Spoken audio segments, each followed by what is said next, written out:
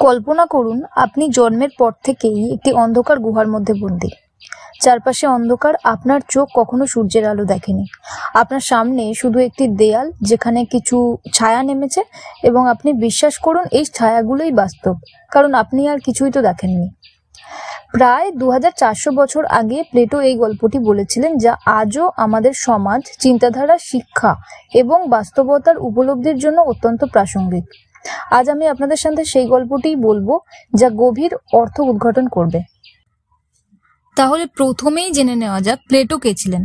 Plato ছিলেন প্রাচীন Greek দার্শনিক। তিনি ছিলেন সক্রেটিসের শিষ্য এবং অ্যারিস্টটলের গুরু। তার দর্শন মূলত জ্ঞান, নৈতিকতা, রাষ্ট্র ব্যবস্থা এবং বাস্তবতার প্রকৃতি নিয়ে গঠিত।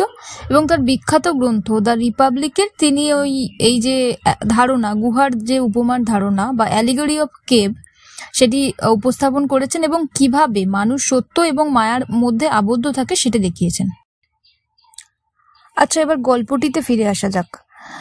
একটি গুহার কথা কল্পনা করুন, যেখানে কয়েকজন বন্দীকে ছোটবেলা থেকেই শৃঙ্খলিত করে রাখা হয়েছে এবং তারা কখনোই বাইরের জগৎ দেখেনি। তাদের চোখের সামনে শুধুমাত্র গুহার দেয়ালের কিছু ছায়া পড়ে। তাহলে এই ছায়াগুলো কোথা থেকে আসে? গুহার পিছনে একটি আগুন জ্বলছে এবং কিছু মানুষ সেই আগুনের সামনে দিয়ে হাঁটছে এবং হাতে বিভিন্ন জিনিসপত্র নিয়ে, এবং যে জিনিসগুলোর ছায়া বন্দীদের সামনে পড়ছে আর বন্দীরা সেগুলোই বাস্তব জগৎ বলে মনে করছে। তাদের কাছে এই ছায়াগুলোই সত্য, কারণ তারা কখনো দেখেনি আসল জিনিসটি কি।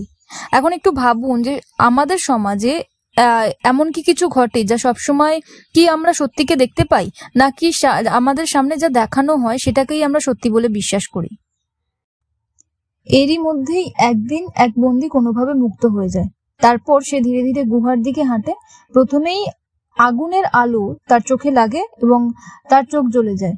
তার খুব অস্বস্তি হয়, কারণ সে কখনো আলো দেখেনি। এই প্রথমবার সে আলো দেখলো। তারপর সে গুহা থেকে বেরিয়ে আসে এবং সেখানে সে সূর্য দেখে, প্রকৃতি দেখে, আসল মানুষ দেখে। প্রথম দিকে সে কিছু বুঝতে পারে না, তার মনে হয় এই সবকিছুই বোধহয় মিথ্যা। কিন্তু সে ধীরে ধীরে বুঝতে পারে যে আসল সত্য হচ্ছে এই জগৎটি, আর গুহার ছায়াগুলোই ছিল হচ্ছে ভ্রান্তি। এটি কেবল একটি গল্প নয়, এটি আমাদের বাস্তব জীবনেরও একটি প্রতিচ্ছবি। তার পরের পর্যায়ে কি দেখা যায়? যে বন্দীটি বাইরে বেরিয়েছিল, প্রকৃত সত্যকে যে জানতে পেরেছিল, সে ভাবলো যে তার যে বাকি যারা বন্দী সঙ্গীরা ছিল তাদেরকে উদ্ধার করা দরকার, এবং সে হচ্ছে গুহাতে ফিরে যায়। এবং গুহাতে ফিরে গিয়ে যখন তাদেরকে এটা বোঝায় যে হচ্ছে এই জিনিসগুলো আসলে মিথ্যা, ছায়াগুলো আসলে মিথ্যা, ছায়ারও আরেকটি প্রতিচ্ছবি আছে যেগুলো বাইরে এবং সেগুলো সত্য, তখন তারা তাকে পাগল ভাবে এবং তারা মনে করে যে ছায়াগুলোই আসলে সত্যি। তাহলে এটি থেকে কি বোঝা যায়? যখন কেউ সত্যের সন্ধানে যায় এবং অন্যদের সেই সত্য বোঝানোর চেষ্টা করে, তখন সমাজ তাকে গ্রহণ করতে চায় না। আমাদের আশেপাশের সমাজেও এমন ঘটনা ঘটে থাকে।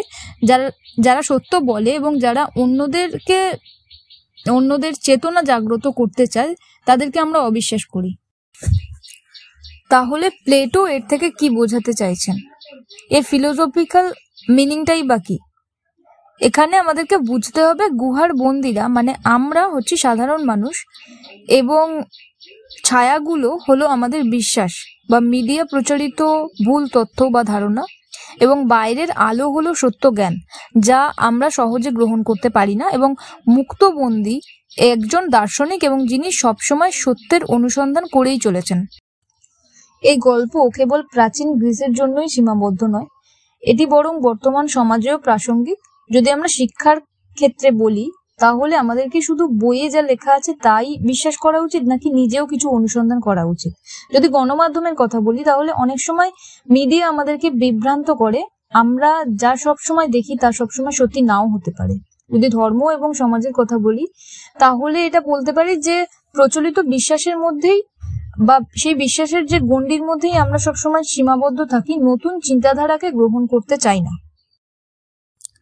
প্লেটোর চিত্রিত গুহার যে বর্ণনা আমরা পাই, সেটা থেকে যদি মডার্ন এক্সাম্পল দিতে যাই, তাহলে আমি এই এক্সাম্পলটি দিতে পারি যে ছোটবেলা থেকে আমাদের শেখানো হয়েছে পড়াশুনো ভালো চাকরির জন্যই দরকার। আপনি সেটা বিশ্বাসও করেন, এবং কিন্তু একদিন আপনি একজন উদ্যোক্তা বা কোনো ধরনের ব্যবসায়ীকে দেখলেন যিনি ডিগ্রি ছাড়াই সফল। আপনি বুঝতে পারলেন শিক্ষা শুধু চাকরির জন্যই নয়। বরং এটি দক্ষতা, চিন্তা, সৃজনশীলতার বিকাশের জন্য হতে পারে।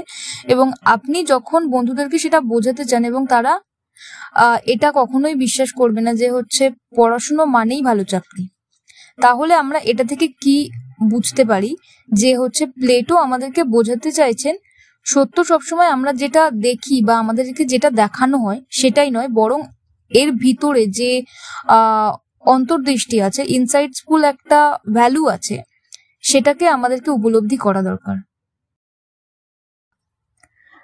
তাহলে উপসংহারে আমরা বলতে পারি গুহার উপমা বা অ্যালিগেরি অফ কেভ আমাদেরকে এটা শেখায় সত্য সবসময় সহজ নয়, তবে সেটিও মুক্তির পথ।